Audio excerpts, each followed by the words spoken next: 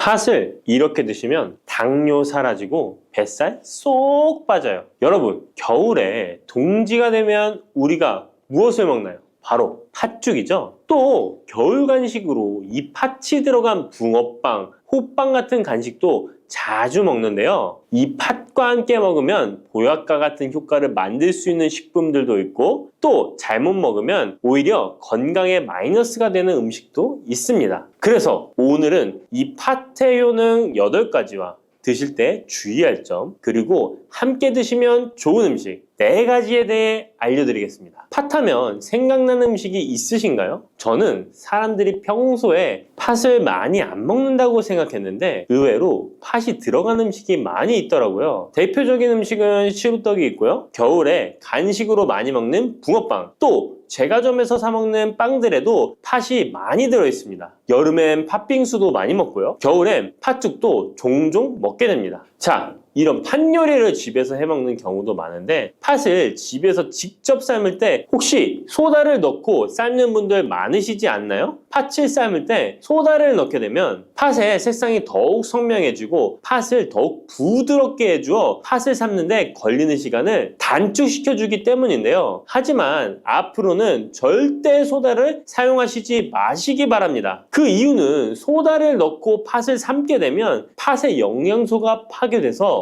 팥에 좋은 성분을 먹을 수 없게 되기 때문인데요. 자, 그래서 어떻게 팥 요리를 하는 게 좋은지 알려드릴게요. 팥을 삶을 때 먼저 흐르는 물에 깨끗이 세척해서 이물질을 제거해 주시고요. 물에 담가 약 4시간 정도 불려주십니다. 그렇게 불린 팥을 물에 넣어 삶아주면 붉은색의 팥 삶은 물이 생기잖아요. 바로 이 팥을 삶은 물이 건강에 정말 좋다는 사실 알고 계셨나요? 그 이유는 팥에 들어있는 사포닌이라는 성분 때문입니다. 간혹 팥 삶은 첫물에는 팥에 독소가 있어서 버려야 한다는 분들이 계신데요. 이는 잘못된 정보입니다. 왜냐하면 팥 삶은 첫물에 사포닌 성분이 가장 많이 들어있기 때문에 이걸 버리지 마시고 따로 담가 두었다가 하루에 1~2잔씩 차로 드시면 좋습니다. 자, 그럼 이제 팥의 구체적인 효능에 대해 말씀드릴 건데, 첫 번째는 혈관 건강에 많은 도움이 된다는 것입니다. 앞에 말씀드린 팥물은 혈관 청소부라는 별명이 있을 정도로 혈관을 깨끗하게 해주는 효능이 있습니다. 그 이유는 팥에 함유된 강력한 항산화 성분인 안토시아닌이 혈관 내 활성산소를 제거해줘서 혈관 세포 손상을 예방해주기 때문입니다. 또한 안토시아닌은 혈관 내의 염증을 줄여줘서 염증성 질환에도 좋은 효과가 있고요. 나쁜 콜레스테롤 수치를 줄여주는 효과가 있어서 고지혈증을 예방하며 심장질환의 위험도 줄이는데 큰 도움을 줄 수 있습니다. 이뿐 아니라 조선시대 기록에 보면 이 팥물로 세안을 했다는 기록이 있는데요. 팥물로 세안을 하면 피부의 노폐물을 제거하는 데 좋고 피부를 맑고 건강하게 해준다고 합니다. 비누가 없던 시절에 피부 건강을 위해 사용했던 선조들의 지혜가 정말 놀랍지 않나요? 당뇨병의 개선에 도움을 준다는 것입니다. 2014년에 발표된 한 연구에서 팥을 섭취하는 것이 2형 당뇨병 환자의 혈당 수치와 인슐린 저항성을 개선하는데 도움이 되는 것으로 보고가 됐습니다. 이 연구에서는 4주 동안 매일 팥을 섭취한 결과 당뇨 환자들의 공복 혈당 수치가 무려 평균 19.5% 감소하였고 인슐린 저항성 또한 줄어든 것으로 나타나서 당뇨가 있거나 당뇨 예방이 필요하신 분들은 꼭 팥을 꾸준히 드셔보시기 권해드립니다. 세 번째 팥의 효능은 몸의 부종을 제거하고 다이어트에 도움을 주는 것입니다. TV에서 연예인들이 이 팥으로 다이어트를 해서 효과를 봤다고 했던 적도 있었고요. 한의학 책 중에 본초 강목에 보면 팥을 오랫동안 먹으면 여위고 마르기 때문에 살찐 사람이 먹는 것이 좋다라는 내용이 나옵니다. 그래서 한의원에서 다이어트 처방을 할 때도 팥을 쓰는 경우가 많이 있는데요. 그 이유는 바로 팥에 들어있는 칼륨 때문입니다. 팥에는 쌀의 10배 이상, 바나나에 약 4배 이상의 칼륨이 들어있는데요. 이 칼륨이 몸 안에 나트륨 배출을 도와서 당뇨 환자들의 신장 부담을 줄여주고 혈압 상승을 억제해주는 효능이 있고요. 또한 이뇨작용이 있어서 이를 통해 부종을 줄여줄 수가 있습니다. 그래서 우리가 보통 물살이라고 부르는 잘 부으면서 살이 찌는 분들은 다이어트에 이 팥을 이용하시면 효과를 볼 수가 있습니다. 그래서 그에 대한 연구 결과도 있었는데요. 시험지에 팥 추출물을 먹였더니 근육 손실 없이 체지방 함량이 30% 이상 줄었고 몸무게도 37%나 감소했다고 합니다. 사람과 똑같을 수는 없지만 분명히 팥이 체중 감량에 도움이 된다는 결과라고 볼 수가 있습니다. 네 번째, 팥의 효능은 변비를 개선하는 데 도움을 주는 겁니다. 팥에는 사포닌뿐 아니라 많은 식이섬유가 들어있기 때문인데요. 사과에 비해서 약 10배나 많은 식이섬유가 들어있습니다. 그래서 팥을 섭취하게 되면 이 식이섬유가 장 운동을 활발히 하고 대변을 부드럽게 만들어 배변을 원활하게 해줄 수 있고요. 또한 이 식이섬유는 장에 있는 유익균들에게 풍부한 먹이를 제공해주기 때문에 장내 유익균의 증식에도 직접적으로 효과를 줍니다. 이를 통해서 장의 전반적인 환경을 좋게 바꿔줄 수가 있고 이것은 몸의 면역력 향상과도 연결되어 있기 때문에 우리가 프로바이오틱스를 복용할 때도 팥을 함께 드셔보면 그 효과가 커지는 것을 느끼실 수가 있을 겁니다. 다섯 번째 팥의 효능은 탈모 예방에 도움을 준다는 것입니다. 나이가 들면서 머리숱이 점점 없어져 고민하시는 분들 정말 많은데요. 팥과 함께 천연 탈모약이라 불리는 수수를 함께 드신다면 탈모 예방에 큰 도움을 받을 수 있습니다. 그 이유는 바로 팥과 수수에 들어있는 비오틴이라는 성분 때문인데요. 이 비오틴은 모발의 모공에서 자라는 단계부터 필요하고 손상된 머릿결이 재생되는 데까지 관여하는 정말 중요한 성분입니다. 건강한 머릿결을 만드는데 꼭 필요한 성분이라고 할 수 있습니다. 비오틴이 몸속에서 부족한 현상이 나타나면 머리카락이 얇아지면서 많이 빠지게 되고 또한 두피가 건조해지고 가려움증이 생기면서 탈모를 가속화할 수 있습니다. 그런데 팥에는 이 비오틴뿐 아니라 모발 성장에 도움이 되는 아미노산이 풍부하고 수수에는 미네랄 성분이 풍부하여 머리카락을 건강하게 유지하는 데 직접적으로 도움을 주게 되고요. 또한 팥과 수수에 함유된 항산화 물질들이 머릿결을 상하게 하는 자유 라디칼 성분을 중화해 주어 머리카락 건강에 큰 도움을 주는 것입니다. 여섯 번째 팥의 효능은 우리나라 사람에 꼭 필요한 탄수화물 소화를 돕는다는 것입니다. 이는 팥에 함유되어 있는 비타민 B의 역할 때문인데요. 비타민 B는 탄수화물, 단백질, 지방을 에너지로 변환하여 우리 몸을 충전해주는 역할을 합니다. 또한 신경 전달 물질인 뉴로트랜스미터의 합성에 관여해 뇌신경을 건강하게 하는 데에도 도움을 줍니다. 팥을 잘 섭취하면 뇌를 건강하게 해주어 치매 예방에도 도움이 되는 것입니다. 자, 앞에서 팥과 함께 먹으면 좋은 음식이 수수가 나왔는데요. 하나 더 말씀드릴게요. 바로 호박입니다. 호박은 기본적으로 여러 영양성분이 풍부하지만 호박에는 비타민 B가 없어서 호박과 팥을 함께 드시면 서로의 부족한 부분을 채워줄 수가 있고요. 또한 호박에도 소화 기능을 개선해주는 기능이 있어서 팥과 함께 드시면 시너지 효과가 있고요. 그리고 팥처럼 호박에도 이뇨작용이 있는데요. 팥과 호박의 이뇨작용은 과정이 약간 다릅니다. 팥은 몸속의 부종, 노폐물과 독소를 빨아들여서 배출하는 이뇨작용을 하는 것이고요. 호박은 신장에서 만들어지는 호르몬의 분비를 억제하여 이뇨작용을 촉진하게 되는데 이렇게 되면 신장에 과다하게 축적되는 수분을 배출하는 역할을 해줄 수가 있어서 더 도움이 될 수 있습니다. 일곱 번째 팥의 효능은 빈혈을 개선하는 데 도움을 주는 것입니다. 보통 우리 몸에 철분이 부족해지면 빈혈 증상이 나타나죠. 빈혈로 인해 어지러움, 두통, 체력 저하 등의 증상이 나타나게 되는데 팥에는 앞에서 얘기한 단백질, 식이섬유, 칼륨, 비타민, 비오틴뿐만 아니라 바로 칼슘과 철분 또한 풍부합니다. 팥에 함유된 철분의 함량이 우유의 약 100배나 된다는 사실 알고 계셨나요? 그래서 팥을 드시면 철분 부족으로 인한 빈혈을 개선하는데 도움이 되기 때문에 빈혈이 있으신 분들은 꼭 기억하시면 좋겠습니다. 여덟 번째 팥의 효능은 스트레스를 줄여주는데 도움을 준다는 것입니다. 팥에 함유된 비타민 B가 신경계를 안정화시켜주는 효과가 있어서 스트레스로 오는 증상들을 줄여줄 수가 있고요. 또 팥에는 마그네슘의 함량도 높은데요. 마그네슘 또한 신체의 스트레스 반응을 조절하는 데 중요한 역할을 합니다. 팥 속에 들어있는 마그네슘을 통해서 스트레스로부터 몸이 회복되는 데 도움을 받을 수가 있습니다. 그리고 팥에는 복합탄수화물도 풍부한데요. 복합탄수화물은 천천히 소화되어 급격한 혈당 상승을 방지하고 일정한 에너지 공급을 유지하는 데 도움이 됩니다. 이는 스트레스 상황에서도 안정적인 에너지 공급을 유지할 수 있게 해줘서 스트레스를 관리하는 데 도움이 될 수 있습니다. 이렇게 좋은 팥도 드실 때 주의사항이 있는데요. 과하게 많이 드시면 이뇨작용 때문에 몸에 무리를 줄 수 있는데요. 이를 방지할 수 있는 방법이 있습니다. 바로 찹쌀과 함께 드시는 겁니다. 팥죽을 끓일 때 찹쌀을 넣어 함께 죽을 만드는 경우도 있고 쫄깃쫄깃한 찹쌀로 경단, 새알을 만들어 넣어 먹는 경우도 있죠. 선조들의 지혜가 정말 놀라운데요. 이렇게 찹쌀과 팥을 함께 드시면 팥 때문에 몸 안에 수분이 과하게 빠져나가는 것을 찹쌀이 막아줘서 문제가 생기지 않게 해주는 것입니다. 그리고 다른 주의사항은 팥의 찬 성질인데요. 그래서 장이 좋지 않은 분들이 팥물을 많이 드시게 되면 소화불량, 복부팽만, 복부 통증을 일으킬 수 있으니까 주의하셔서 조금씩 드셔보시는 게 좋고요. 만약에 이런 점이 불편한 경우에는 생강과 함께 드시면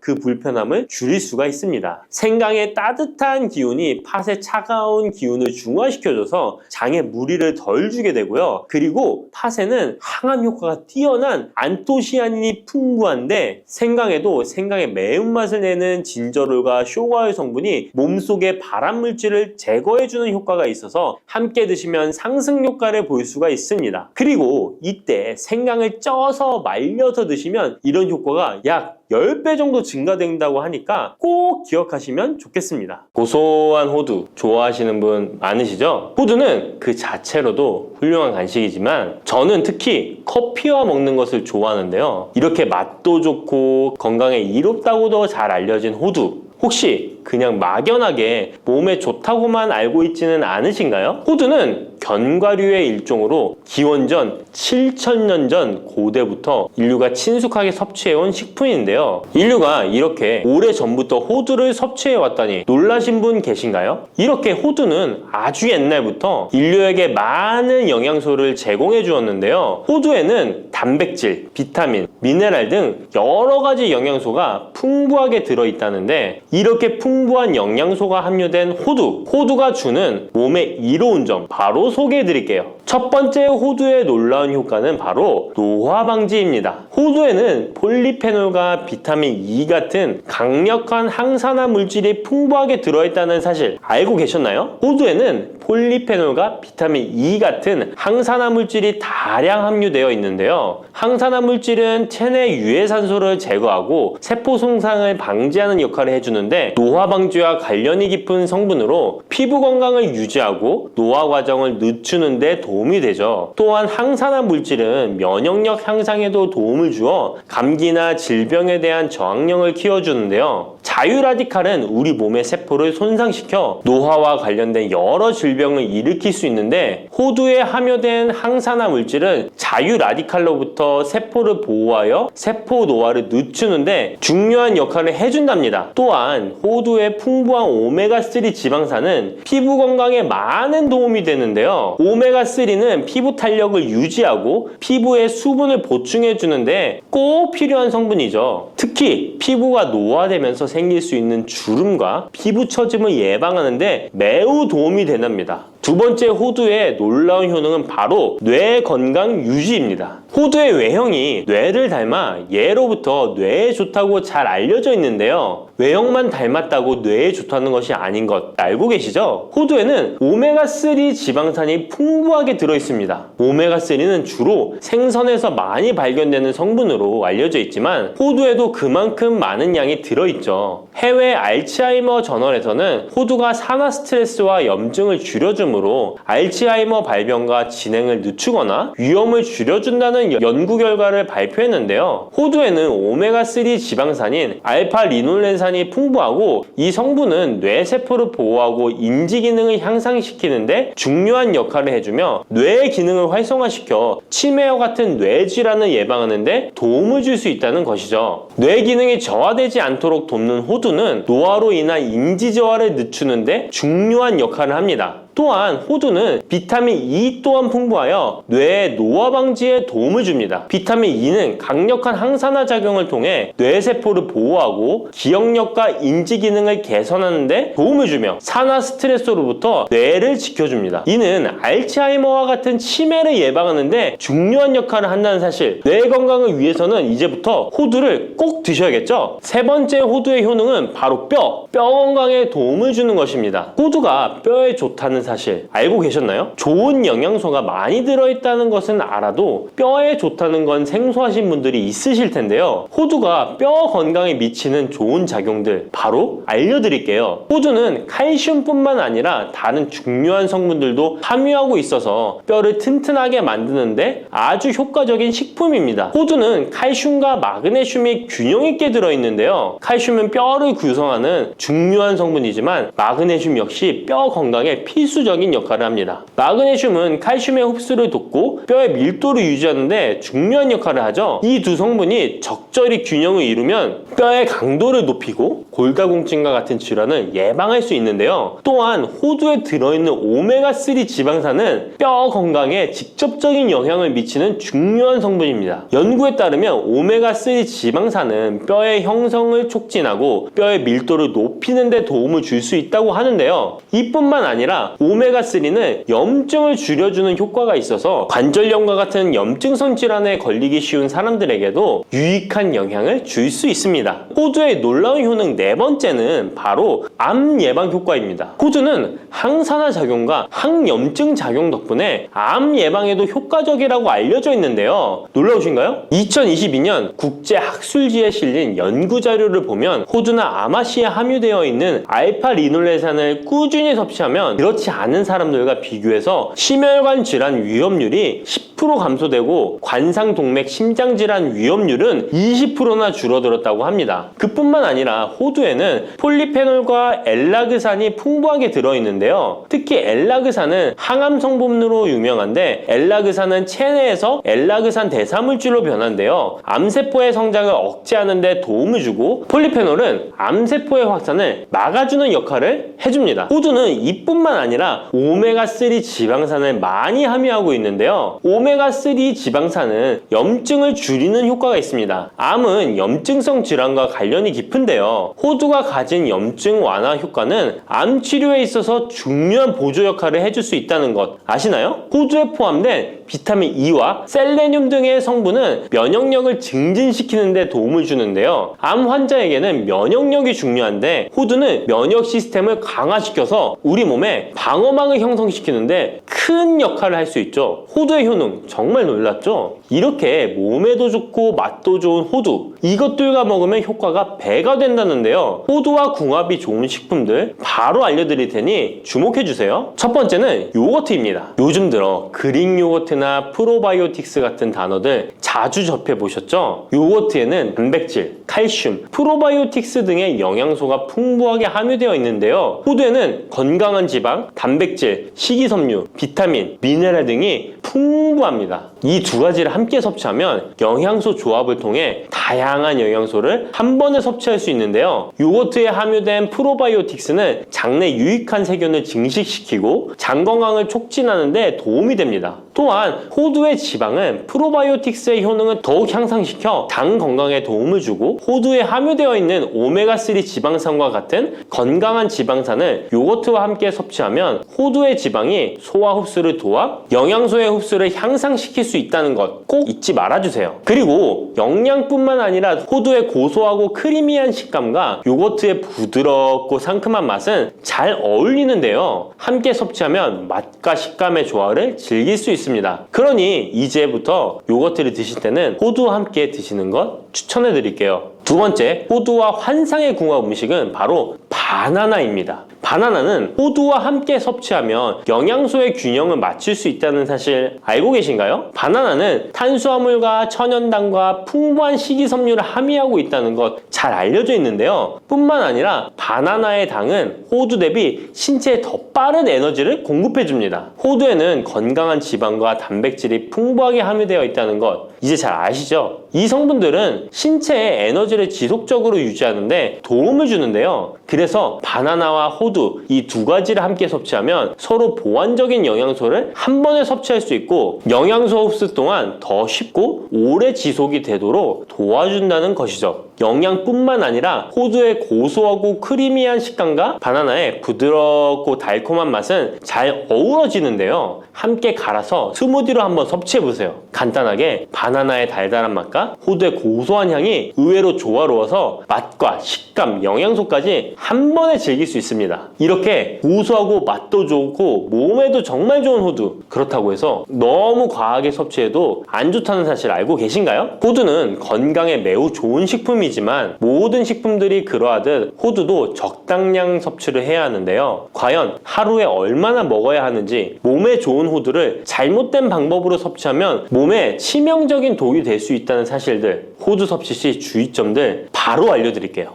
호두 섭취 시 유의할 점 첫 번째는 알레르기 반응입니다. 호두는 견과류 중 하나로 알레르기를 유발할 수 있는 식품인데요. 일부 사람들에게 알레르기 반응을 일으킬 수 있습니다. 호두 알레르기가 있는 경우 호두를 섭취했을 때 입술이나 혀 또는 얼굴이 부풀거나 허우걸란을 겪을 수 있는데 이는 개개인의 신체 증상에 따라 매우 위험할 수도 있습니다. 경우에 따라 목숨도 위험할 수 있는데요. 만약 이런 증상이 발생하면 즉시 호두 섭취를 중단하고 필요시 의사와 상담해야 합니다. 알레르기가 있는 사람은 호두를 피하는 것이 매우 중요합니다. 호두 섭취 시 주의할 점 두 번째는 과도한 섭취입니다. 호두는 100g당 650칼로리로 매우 고칼로리 음식입니다. 하루 섭취량을 과도하게 초과하면 체중 증가를 유발할 수 있는데요. 호두에는 지방이 많이 함유되어 있지만 대부분 불포화 지방이라 건강에 유익하다고 알고 있지만 칼로리가 높기 때문에 적당한 양을 섭취하는 것이 중요합니다. 하루 20에서 30g 정도, 이는 약 5에서 7알 정도 되는데요. 쪽으로 봤을 때 10개에서 15쪽이 적당합니다. 호두 섭취할 때 꼭 기억해 주세요. 호두 섭취 시 유의할 점 세 번째는 변질이 일어난 호두 섭취입니다. 호두와 같은 견과류는 지방이 많아서 산패가 쉽게 일어날 수 있는데요. 특히 호두에 포함된 불포화 지방산은 산화되기 쉬운데 산화가 진행되면 지방의 구조가 변형됩니다. 산화된 지방은 체내에서 염증을 일으키고 혈관에 손상을 줄 수 있다는 무서운 사실 알고 계신가요? 이뿐만 아니라 산화된 지방은 심혈관 질환까지 유발할 위험이 있습니다. 또한 호두가 산패되면 아크릴아마이드라는 유해 물질이 생성될 수 있는데요. 이 물질은 발암성 물질로 알려져 있으며 이렇게 산패된 호두를 장기적으로 섭취 시 암 위험을 증가시킬 수 있습니다. 그럼 산패되어 변질이 일어난 호두는 어떻게 알 수 있을까요? 산패된 호두를 구분하는 방법 쉽게 바로 알려드릴게요. 먼저 색상을 보는 것입니다. 신선한 호두는 갈색 또는 황금빛을 띠는데 산패된 호두는 색이 어둡게 변하고 부패한 느낌이 들 수 있습니다. 또 산패된 호두는 비린내나 신냄새가 날 수 있으나 신선한 호두는 자연스러운 고소한 향이 납니다. 또한 맛이 다른데요. 신선한 호두는 고소한 맛인 반면 산패된 호두는 맛이 매우 씁쓸하거나 오래된 기름향이 나고 썩은 것 같이 매우 불쾌한 맛이 난답니다. 이러한 호두를 골랐다면 산패되지 않게 보관하는 방법도 중요한데요. 호두는 잘못 보관하면 쉽게 산패되기 때문에 주의가 필요합니다. 호두는 원래의 껍질을 유지하는 것이 좋은데요. 껍질을 벗기지 않고 보관하면 외부에서의 영향을 줄일 수 있어서 오래 신선하게 유지됩니다. 하지만 호두를 먹을 때마다 까야 되는 번거로움 때문에 이미 까진 호두를 많이 구입하잖아요. 이런 호두는 공기와 빛에 노출되면 산패가 촉진되기 때문에 공기와의 접촉을 최소화하는 것이 중요한데요. 그래서 밀봉할 수 있는 용기에 담아서 보관하거나 진공 밀봉팩을 사용하는 것이 좋습니다. 호두는 온도와 습도에 민감해서 서늘한 냉장고에 보관하는 것이 가장 좋습니다. 이미 껍질을 벗긴 호두는 쉽게 산패할 수 있으니까 냉장 보관이 필수적이라는 것 잊지 마세요. 미역과 이것 함께 드시면 당뇨가 사라지고 치매가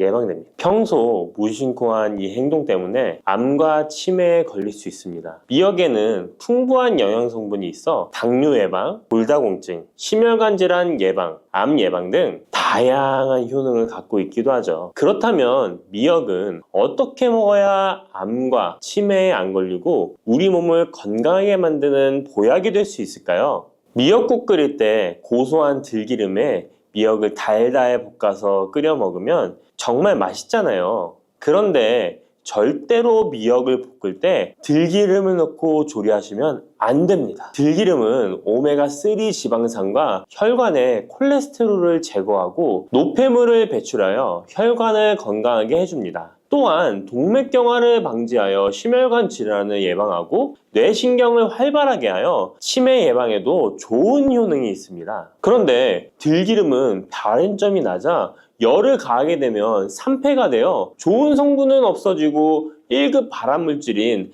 벤조피렌이 생성됩니다. 벤조피렌은 암을 발생시킬 뿐만 아니라 뇌 분비계의 장애를 일으키고 뇌 건강에 악영향을 주는 정말 위험한 물질입니다. 건강에 좋은 줄 알고 넣은 들기름 때문에 오히려 건강을 해치는 독을 먹는 상황이 되는 거죠. 들기름은 미역국을 다 끓인 다음에 마지막에 한 스푼 넣어 드시면 들기름의 효능과 고소한 맛을 온전히 누릴 수 있습니다. 미역과 함께 드시면 절대 안 되는 두 번째 음식은 바로 대파입니다. 다른 국이나 찌개를 끓일 때는 파를 꼭 넣는데 유독 미역국을 끓일 때는 왜 파를 넣지 않는 걸까요? 그 이유는 미역과 대파 둘 다 알긴산이라는 성분이 있는데 이 알긴산은 미끌거리는 식감이 있습니다. 함께 드시게 되면 식감이 나빠지는 이유도 있지만 식감보다도 더 중요한 이유가 있습니다. 대파에는 인과 유황 성분이 있는데요. 미역과 대파를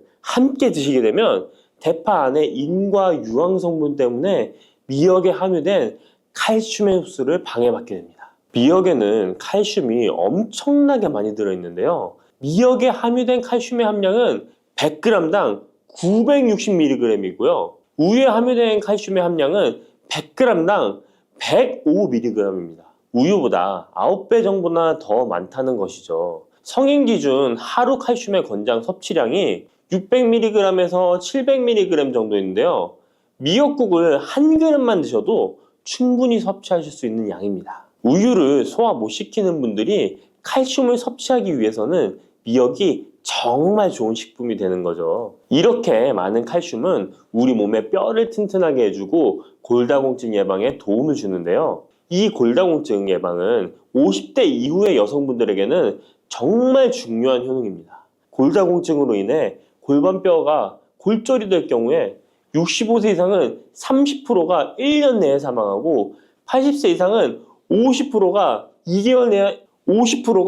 2개월 내에 사망을 할 수 있다는 통계가 있습니다. 나이가 들어갈수록 미역을 충분히 섭취하시는 것을 추천드립니다. 이런 칼슘 보충제에 정말 중요한 미역을 대파와 함께 드신다면 칼슘 흡수가 제대로 되지 않는 것이죠. 미역에 미끌미끌한 성분이 알긴산이라고 했잖아요. 이 알긴산도 우리 몸에 정말 중요한 역할을 해줍니다. 바로 알긴산은 다른 물질을 흡착하는 성질이 있어 혈관 내에 나쁜 콜레스테롤을 흡착하여 배출을 도와줍니다. 이렇게 되면 동맥경화를 예방할 수 있고 혈액순환을 원활하게 하며 심혈관 질환을 예방하는 데 도움을 줄 수 있습니다.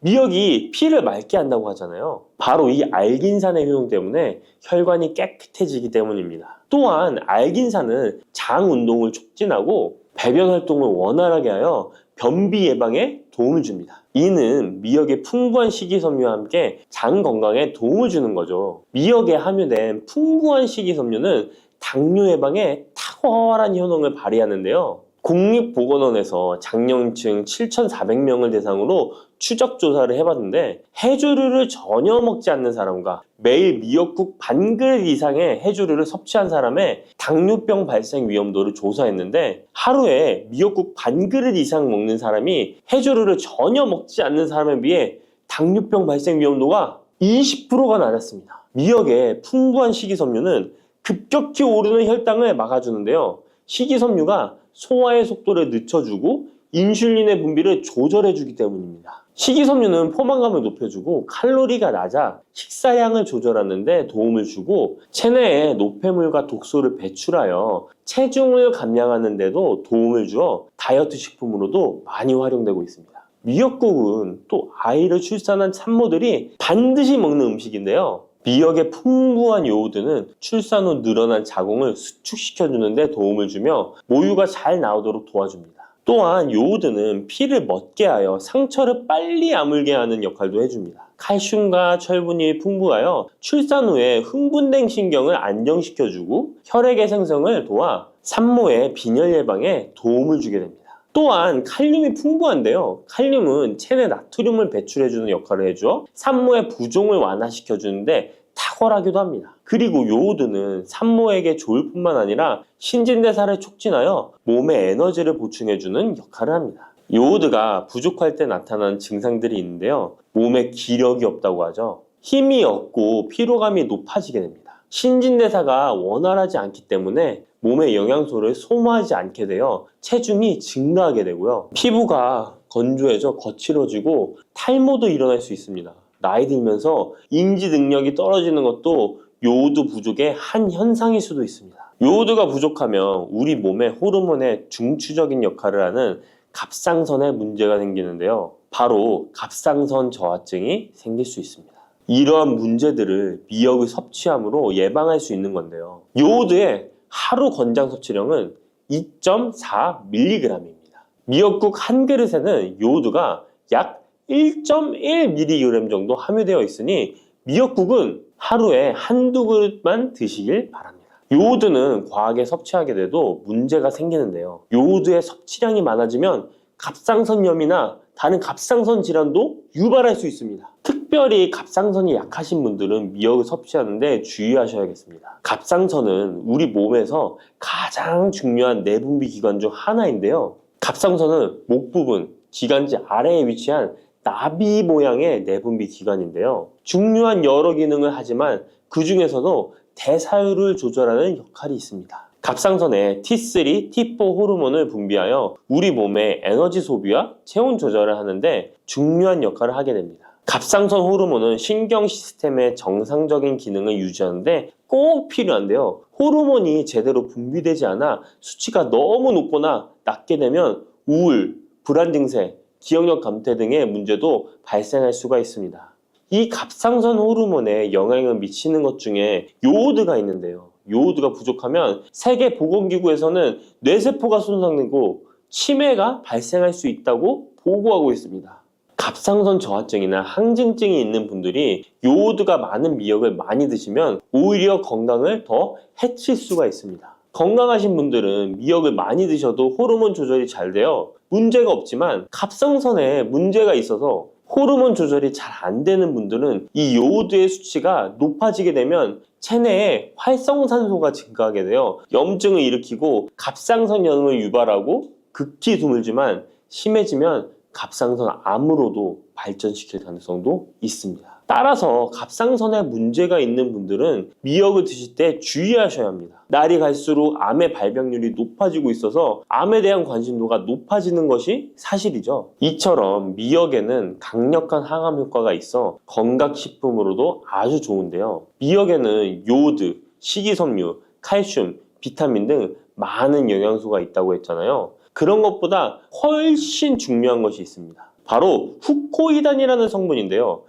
이 성분이 바로 강력한 항암 작용을 한다고 알려져 있습니다. 코이단 성분은 미역의 줄기보다 미역귀에 7배나 많이 들어있어 요즘에 미역귀가 항암식품으로 많이 알려져 있습니다. 이 후코이단은 암세포가 스스로 사멸되도록 유도하는 효능이 있습니다. 이러한 효능으로 암세포가 생기는 것을 막아주고 전이 되는 것도 방치할 수 있는 거죠. 후코이단은 특히 폐암, 간암, 대장암, 유방암, 백혈병에 효능이 좋다고 입증된 논문들이 발표되기도 했습니다. 후코이단은 항암 작용 외에도 콜레스테롤 혈관에 흡착되지 않도록 막아주고 혈류를 원활하게 해주어 혈관을 건강하게 해주는 역할을 해줍니다. 이렇게 혈관을 깨끗하게 해주어 뇌졸중과 뇌경색, 심근경색 등의 심혈관 질환도 예방할 수 있습니다. 미역귀와 함께 토마토를 드시면 항암 효과를 극대화할 수 있는데요. 토마토가 채소의 왕으로 불리며 우리 몸에 정말 좋다는 사실 알고 계시죠? 토마토에는 라이코펜이라는 항산화 성분이 풍부하게 함유되어 있습니다. 라이코펜은 강력한 항산화 작용으로 몸 안의 활성산소를 제거하여 혈관을 건강하게 하고 염증을 제거하여 노화를 예방할 뿐만 아니라 미역의 후코유당과 만나 암세포를 제거하는 강력한 항암작용을 하게 됩니다. 미역과 함께 드시면 효과가 극대화되는 음식으로는 두부가 있습니다. 콩으로 만든 두부는 식물성 단백질이 풍부해서 건강식품으로 우리 식탁에 정말 많이 올라오죠. 두부에는 단백질뿐만 아니라 사포닌 성분도 풍부하게 함유되어 있습니다. 사포닌은 인삼, 홍삼, 더덕 등에도 풍부하게 함유되어 있는 성분인데요. 이 사포닌은 면역력을 강화하고 체내의 활성산소를 제거하여 노화를 방지하고 항암작용도 하여 암을 예방하기도 합니다. 정말 기적과 같은 성분입니다. 그런데 이 사포닌의 단점이 체내에 요오드를 배출하여 요오드 결핍이 있는 분들은 주의하셔야 하는데, 미역과 함께 드신다면 미역에 함유된 풍부한 요오드와 사포닌의 만남으로 미역의 섭취로 과다할 수 있는 요오드의 양을 두부의 사포닌이 배출시켜주어 걱정 없이 드실 수 있게 되는 것이죠. 칼슘은 뼈를 튼튼하게 만들어준다고 상식적으로 알고 계시잖아요. 우리 몸에는 칼슘이 많아도 골다공증이 생긴다는 사실 들어보셨나요? 칼슘이 풍부한 우유를 많이 마시는 덴마크나 스웨덴 같은 나라에서 골다공증이 많다고 합니다. 오히려 많은 칼슘이 오히려 혈관이나 심장에 쌓여서 석회화를 일으켜 건강을 해치게 되는데요. 그렇다고 칼슘이 많은 음식을 안 먹을 수도 없고 어떻게 해야 할까요? 걱정하지 마세요. 해결책 바로 알려드릴게요. 그것은 바로 계란과 함께 드시면 해결됩니다. 계란에 들어있는 다양한 영양 성분이 오스테오칼신이라는 단백질을 활성화시켜 주는데, 이 단백질은 뼈를 강화하고 칼슘이 뼛속으로 제대로 흡수할 수 있도록 도와줍니다. 이 오스테오칼신을 활성화해주는 역할을 하는 게 비타민 K2인데, 우리나라에서는 허가가 늦게 나서 그동안 정식으로 섭취 못했던 비타민 K2도 지금은 허가가 나서 요새 영양제를 보면 칼슘과 마그네슘, 비타민 D와 비타민 K까지 같이 들어있어 칼슘의 흡수를 더욱 용이하게 만들어주는 영양제도 쉽게 찾아볼 수 있습니다. 그런데 이렇게 칼슘을 아무리 많이 섭취해도 흡수가 안 돼 그대로 혈관에 남게 되면 쌓이고 쌓여서 석회화를 유발시킬 수 있겠죠? 이처럼 미역과 계란을 함께 섭취하면 칼슘의 흡수를 도울 뿐 아니라 우리 몸의 pH 균형을 잡아주는 데도 중요한 역할을 해줍니다. 미역은 알칼리성 식품이고 계란은 산성 식품으로 같이 섭취하면 약 알칼리성 상태로 유지시켜줍니다. 게다가 소화에도 좋고 미역은 단백질과 잘 어울리니 계란과 함께 먹으면 소화도 잘 되고 우리 몸의 흡수도 잘 된답니다. 마늘이 몸에 좋다는 사실은 너무도 잘 알고 계시죠? 그런데 이것과 함께 먹으면 암과 치매에 걸린다니 깜짝 놀라셨나요? 아무리 몸에 좋은 마늘이지만 함께 먹으면 오히려 몸에 독이 되는 음식들도 있습니다. 그리고 마늘은 생마늘, 구운 마늘, 찐 마늘, 절인 마늘, 흑마늘 등 먹는 방법이 다양하잖아요. 이렇게 먹는 방법에 따라서도 우리 몸에 주는 효능이 다르답니다. 여기서 잠깐! 마늘 껍질은 대부분 먹지 않고 버리시잖아요. 마늘 껍질 오늘부터 절대 버리지 마시기 바랍니다. 마늘 껍질을 왜 먹어야 하는지 그리고 어떻게 먹어야 하는지 알려드릴게요. 자, 그럼 마늘과 절대 함께 드시면 안 되는 음식과 마늘과 함께 드시면 좋은 음식, 그리고 마늘과 마늘 껍질의 효능까지 마늘에 대한 모든 것을 알려드릴게요. 마늘은 정말 우리나라 사람들이 좋아하는 식재료인데요. 한국농촌경제연구원이 발표한 자료에 의하면 우리나라 1인당 1년 동안 마늘 소비량이 7kg인데요. 놀라지 마세요. 세계 평균이 0.8kg이랍니다. 우리나라 사람들이 마늘을 정말 많이 먹고 있죠. 마늘을 많이 먹는다는 것, 그만큼 건강한 식단을 먹고 있을 가능성이 높은 건 사실이지만 먹는 방법에 따라 오히려 독이 될 수도 있습니다. 여기서 마늘과 절대 함께 먹으면 안 되는 음식 첫 번째는 바로 빵입니다. 마늘빵 아시죠? 마늘이 발라져 있어 달콤 쌉싸름한 마늘 맛도 나고 향긋한 향도 좋아 즐겨 먹게 되는데요. 마늘이 있어서 몸에도 좋은 빵이라고 착각하고 즐겨 드실 수 있는데요. 마늘빵은 절대 드시면 안 됩니다. 왜냐하면 빵의 재료인 밀가루는 탄수화물이 주 성분인데요. 밀가루의 고탄수화물은 소화 과정에서 당으로 분해되고 혈당 지수를 급격히 올리게 되며 이때 인슐린의 분비가 과도하게 됩니다. 이런 현상이 반복되게 되면 체내의 인슐린 저항성이 높아지고 췌장을 망가뜨려 당뇨를 유발할 수 있는 것입니다. 그리고 이 당은 몸에 흡수되면서 지방으로 변하고 쉽게 살이 찌게 되어 비만을 야기할 수 있습니다. 밀가루 빵을 만들면 글루텐이라는 단백질이 생성되는데 이 글루텐은 소화불량, 복통, 변비 등 증상을 유발할 수 있습니다. 이뿐만 아니라 글루텐이 몸에 들어오면 장에서 에소루핀이라는 성분이 만들어지게 되는데 이 에소루핀은 중독성이 강해 밀가루 중독을 일으켜 빵 같은 밀가루를 과다 섭취하게 만든다는 것입니다. 마늘이 아무리 좋은 성분으로 항암작용, 항염증 작용을 한다고 해도 마늘빵으로 드신다면 아무 소용이 없는 것입니다. 그러면 마늘은 어떻게 먹어야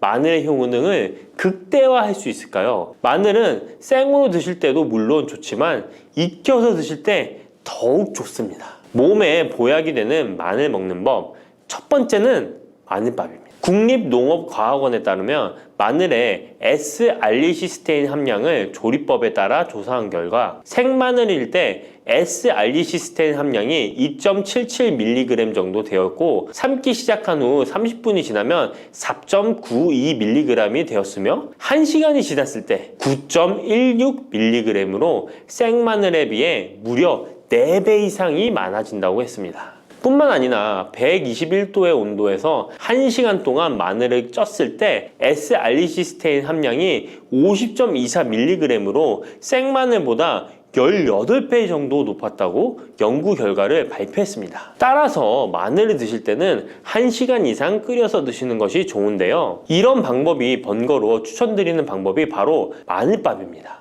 밥을 할 때 마늘을 넣는데요. 1인분에 마늘 3, 4알 정도씩 넣어서 밥을 하시면 됩니다. 현미가 있다면 현미를 넣은 마늘밥을 하시면 더욱 좋은데요. 현미 속에는 티아민이라는 성분이 있는데 마늘의 S-알리시스테인과 현미의 알리티아민 두 가지 성분을 모두 섭취하여 항암 효과뿐만 아니라 피로회복, 근육통 완화에도 좋은 밥이 되는 것입니다. 그럼 마늘밥을 하기 위해 마늘을 까고 나면 껍질은 어떻게 하셨나요? 버리셨나요? 오늘부터는 절대 버리지 말기 바랍니다. 마늘에 효능하면 첫 번째로 생각나는 것이 아마도 항암 효과일 거예요. 그런데 마늘 껍질을 통해 엄청난 항암 효과를 누릴 수 있는데요. 우리나라 연구진에서 연구한 결과 마늘 껍질을 70% 에탄올 용매로 반복 추출해서 만든 마늘 껍질 추출물이 암 예방 효과에 탁월한 효능이 있다고 발표되었습니다. 특히 유방암, 위암, 간암, 대장암, 폐암, 세포뿐 아니라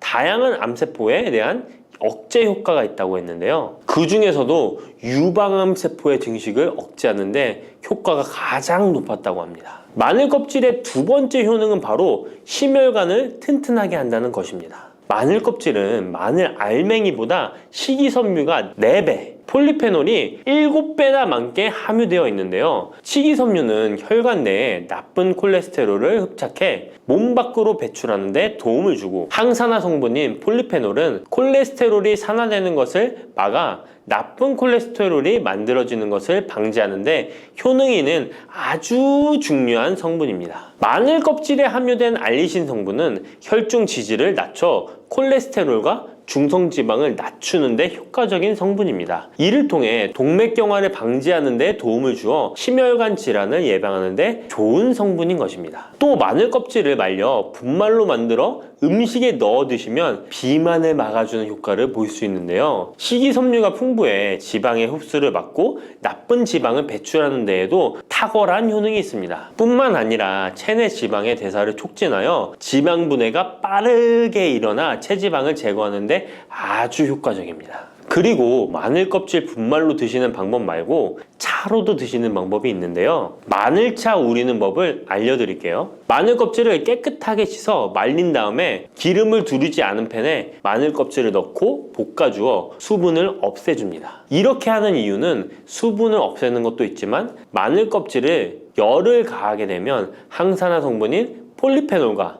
플라보노이드 성분이 증가하기 때문입니다. 이렇게 수분을 없앤 마늘 껍질을 냉동실에다 보관하셨다가 드실 때 끓는 물에 소주 반 컵을 넣고 물 1리터, 마늘 껍질 15g 정도 넣고 끓여주시면 됩니다. 이렇게 끓인 마늘 껍질차를 따뜻하게 드셔도 되고 냉장고에 넣어 시원하게 드셔도 괜찮습니다. 마늘이 몸에 좋다고 해서 꿀에 마늘을 재워 드시는 분 계시잖아요. 물론 꿀마늘이 몸에 좋은 분들도 계시지만 꿀과 마늘은 절대 함께 드시면 안 되는 음식입니다. 식품 비방이라는 문헌에 보면 꿀과 마늘은 함께 먹으면 안 된다라고 적혀 있는데요. 그 이유는 꿀과 마늘은 둘 다 열을 내는 뜨거운 음식이기 때문입니다. 꿀과 마늘을 함께 먹게 되면 체질이 맞지 않는 경우에는 부작용이 클 수 있기 때문입니다. 체질에 맞지 않는 분들이 이 꿀마늘을 드시게 되면 눈의 충혈이 잦아지고 노화가 빨라질 수 있습니다. 돋보기를 빨리 쓸 수 있게 된다는 거죠. 또한 두통이 생기며 피부에도 트러블이 생기는 부작용도 있으니 꼭 기억하시기 바랍니다. 당 섭취에 주의하셔야 하는